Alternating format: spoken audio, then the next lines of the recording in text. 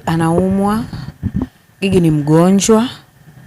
Gigi aliumwa mpaka ndugu na marafiki zake ikabidi wamuwahishe hospitali ya taifa ya Muhimbili. Na alipofika pale Muhimbili, haraka kwa hali aliyokuwa nayo, madaktari ikabidi wamuwahishe zaidi ICU kwa ajili ya uangalizi maalum. Na ni mfululizo wa mambo kadhaa ambayo yamemtokea, lakini Gigi mwenyewe si yupo. Tuhesabu siku, ipo siku atasimama mwenyewe ataelezea. Lakini muda huu ambao tunazungumza Gigi yupo ICU. Anaumwa, mengine tuyaache yawe siri yake, kwa sababu ninachozungumza hapa mimi ni kile ambacho hata yeye amezungumza na mimi. So kwa namna hiyo mengine tuyaache, tuhifadhi wanasema privacy zake.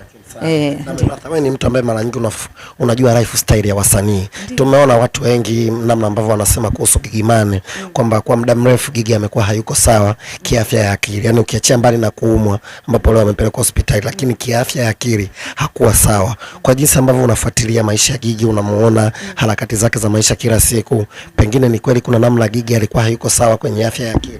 Hapana, Gigi yupo sawa. Gigi yuko sawa, na namuona wazi kwa sasa alipofikia. Ametambua hata umuhimu wake katika nchi hii, na kwa namna hiyo amekuwa hata anajitokeza kukemea mambo kadhaa, na kwa kile anachokifanya wasimuone kwamba amechanganyikiwa. Ana mapito ambayo alipitia, ana vitu ambavyo alipitia. Kwa hiyo anapopata nafasi ya kuzungumza, jamani, watu wamsikilize.